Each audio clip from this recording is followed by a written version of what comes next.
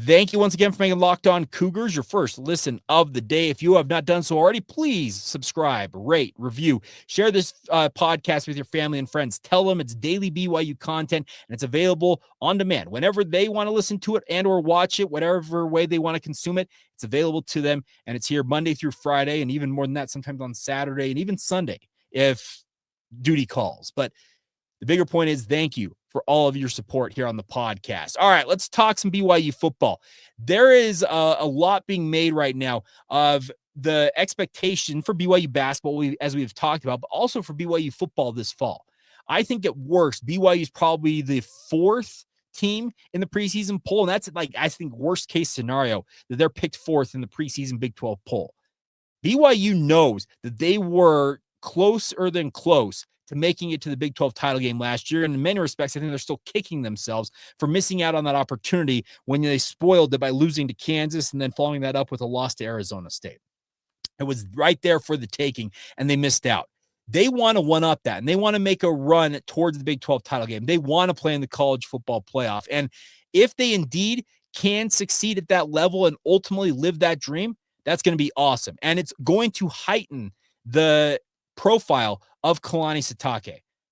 Interest of full disclosure, I am a Kalani Sitake admirer. I love the dude. I just absolutely think the world of this guy. He is a BYU guy through and through. As I have said multiple times, and he said it himself, he grew up a BYU fan. He was lucky enough to live his dream and play collegiate football for BYU and play for Lavelle Edwards. He learned at the foot of great coaches, and you can argue all you want, but Kyle Whittingham, he is a really, really good coach. And Kalani Sitake learned a lot of good things from him, learned a lot of good things from Lavelle Edwards, Gary Anderson, etc.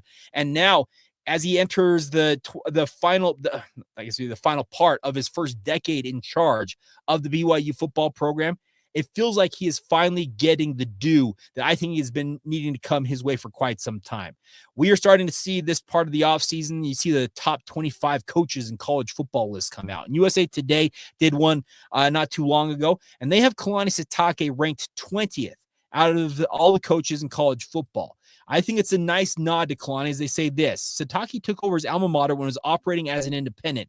He raised BYU's profile with a pair of double-digit win seasons prior to joining the Big 12 for the 2023 season. And after an uneventful debut, the Cougars went 11-2 last season, were just a few plays from being in the playoff.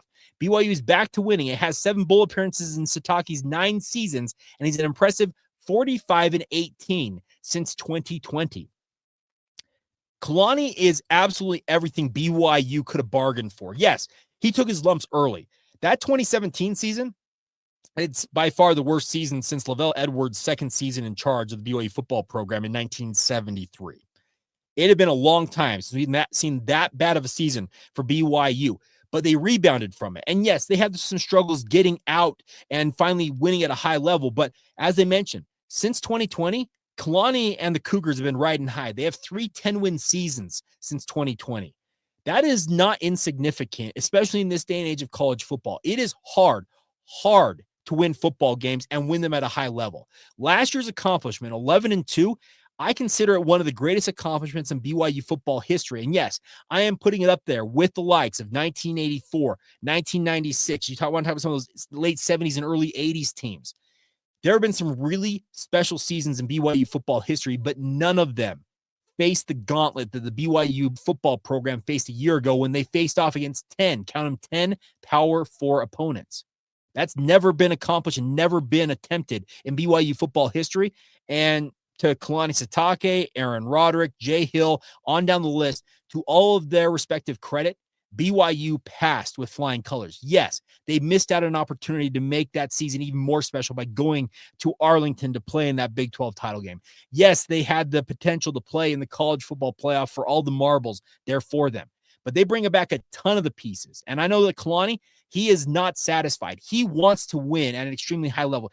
He would love to match his mentor, speaking of Lavelle Edwards, and hoist a national championship trophy as the head coach of the BYU Cougars. I think we are long past Kalani Sitake's name coming up in coaching searches. I hope we are, because BYU, they've got this NIL money that obviously is flowing around, and I am fully expecting that Kalani, now as he enters the first, I guess that'd be the next decade of his BYU tenure as head coach, sure feels like he's locked in with the Cougars and he's not looking to go elsewhere. There could be an offer at some point that comes that's just like an offer that you can't refuse money-wise that he takes. But I'm having a hard time seeing which program or programs out there would, A, entice Kalani to even consider it, and B, why he would want to go to some of those jobs because of the heightened expectations that would come along with it. Yes, the expectations for BYU football are there, but Kalani, he has proven that he loves this university. He embraces everything that comes with it. That's the honor code, the recruiting restrictions, academic requirements, the fact that BYU espouses that they are a church-owned school, and the honor code and the mission of the school and the university comes first and foremost. Kalani embraces all of that. He melds it into his recruiting pitches, and young men across the board have bought into it. There are some detractors out there who are saying that, well, BYU seeing guys like Keelan Marion and Harrison Taggart lead the program, that means there's a problem inside the BYU football program. Not really, because if there was an actual problem, you'd see droves more. Droves? Yeah, whatever. You'd see a whole lot more guys leaving the program than actually leave the program. Kalani is a player's coach. Players love playing for guys like Kalani Sitake. He empowers them. He has his leadership council handle a lot of the internal discipline when it comes to issues within the program. Connor Pay, he was one of those guys who was, if you were screwing up, he was going to crack the whip on you and make sure that you got in line. The nice part is Kalani empowers those players to not feel like that they're going to be neutered when it comes to dishing out that needed justice, if you want to call it that. I love the fact that Kalani has embraced everything that BYU is, and he continues to talk about the fact that he wants BYU to win at an extremely high level. The resources are there now for BYU to compete at this level. They have injected a whole lot of money into this program. They're going to be a full share member of the Big 12 finally this year. So there's going to be a whole lot of expectation for BYU, but at the same time, the resources, the players, the athletes, Kalani's done a really good job building up this program, and to see him finally entering the pantheon of the greats in college football currently, it couldn't happen to a better guy, because I think we forget how great of a human being that Kalani Sitake is. Once again, I will reiterate, I am a Kalani Sitake stan, to use the parlance of the day. I love the dude. I think he is tailor-made and a perfect fit for what BYU and BYU football needs in this era of college football. He embraces, as I said, all the changes that come along with being a head coach at the collegiate level. He has not snubbed his nose at NIL, the transfer portal, everything else that a lot of coaches, other coaches, have whined and bellyached about. Kalani says, you know what? Let's just go do our thing. We're going to go play football. We have the privilege of representing this university. Let's go do the dang thing.